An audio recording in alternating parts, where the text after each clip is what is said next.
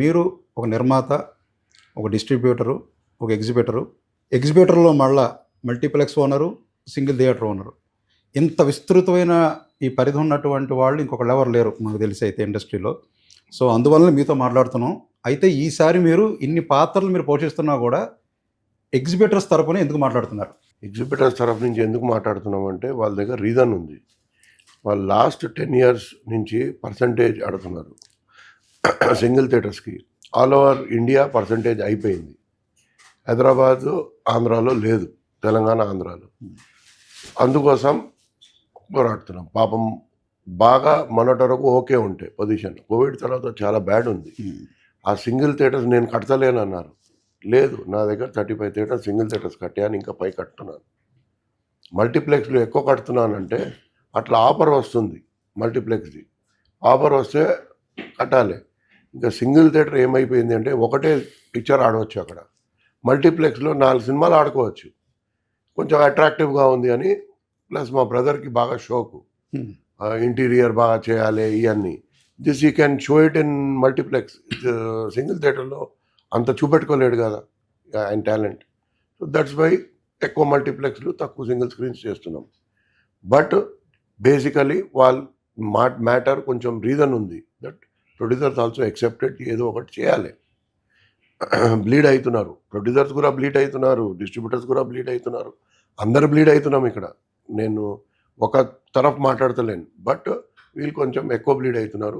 వీళ్ళు బంద్ అయిపోతే, ఇప్పుడు ఒక పెద్ద థియేటర్ బంద్ అయిపోయింది అనుకోండి, నష్టం ప్రొడ్యూసర్దే, డిస్ట్రిబ్యూటర్దే నష్టం. వీళ్ళకి బ్రతికియాలి.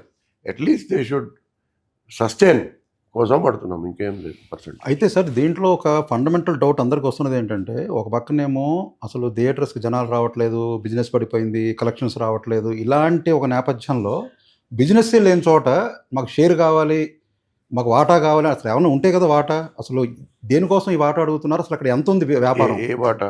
టికెట్లో వాటా అడుగుతున్నారు కదా సార్, మొత్తం షేర్ మన టికెట్ కలెక్షన్స్లో కదా. ఇప్పుడు మరి షేర్ దేంట్లో అండి? షేర్ ఇప్పుడు రెంట్ పర్సంటేజ్ ఉంది, మేము ఓన్లీ పర్సంటేజ్ అడుగుతున్నాం. అదే పర్సంటేజ్ అంటే షేర్ ఆర్ వద్దు, ఎందుకంటే మీకు ఎక్స్ప్లెయిన్ చేస్తాను.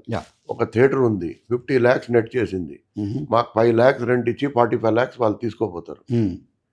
అది సెకండ్ వీక్ వచ్చిన వరకు 5 lakhs చేస్తుంది, 2.5 lakhs తీసుకోపోతారు.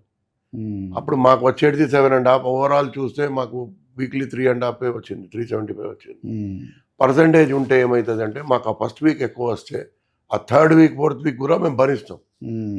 అందుకోసం ఆడుతున్నాం, అది ఇంకా వేరే ఏం లేదు. ఈ ఆస్పెక్ట్ బాగానే ఉంది సార్, అంటే మీరు చెప్పింది అర్థమైంది. కానీ ఇప్పుడు అంటే యావరేజ్ మీద ఒక సంవత్సరం తీసుకుంటే మ్యాక్సిమం 4-5 సినిమాలకు మించి సూపర్ డూపర్ హిట్లు 7, 8, 9 పిక్చర్స్ పోనీ సార్. 10 సినిమాలు అనుకోండి సార్, 10 సినిమాలు పెద్ద బంపర్ హిట్లు, అది మంచి కలెక్షన్స్ వచ్చాయి అనుకుందాం. అంటే దాని మీద వచ్చే రెవెన్యూలో వచ్చే షేర్ చాలా మీకు, అంటే ఆ పర్సంటేజ్ చాలా, అంటే మొత్తం ఏడాదంతా రన్ చేయాలి. అట్లీస్ట్ బ్రేక్ ఈవెన్ అవుతాడు వాడు. మరి వాటి ఇప్పుడు తక్కిన సినిమాలు సార్, చిన్న సినిమాలు వస్తూ ఉంటాయి, వాటి సంగతి. చిన్న సినిమాలకి ఎట్లనే ఇస్తున్నాం కదా సార్ పర్సంటేజ్. ఏది సార్? పర్సంటేజే ఇస్తున్నాం చిన్న సినిమాలకి. ఎక్కువ వస్తే rent, say 2 lakhs is the rent for a theatre, example.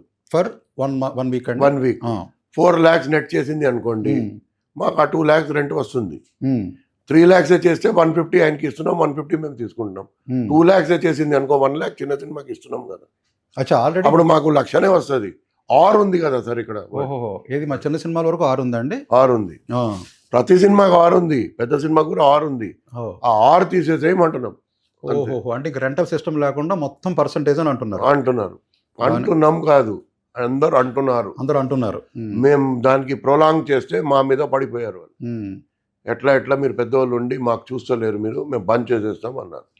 అంత కోపం వచ్చేసింది వాళ్ళకి. అది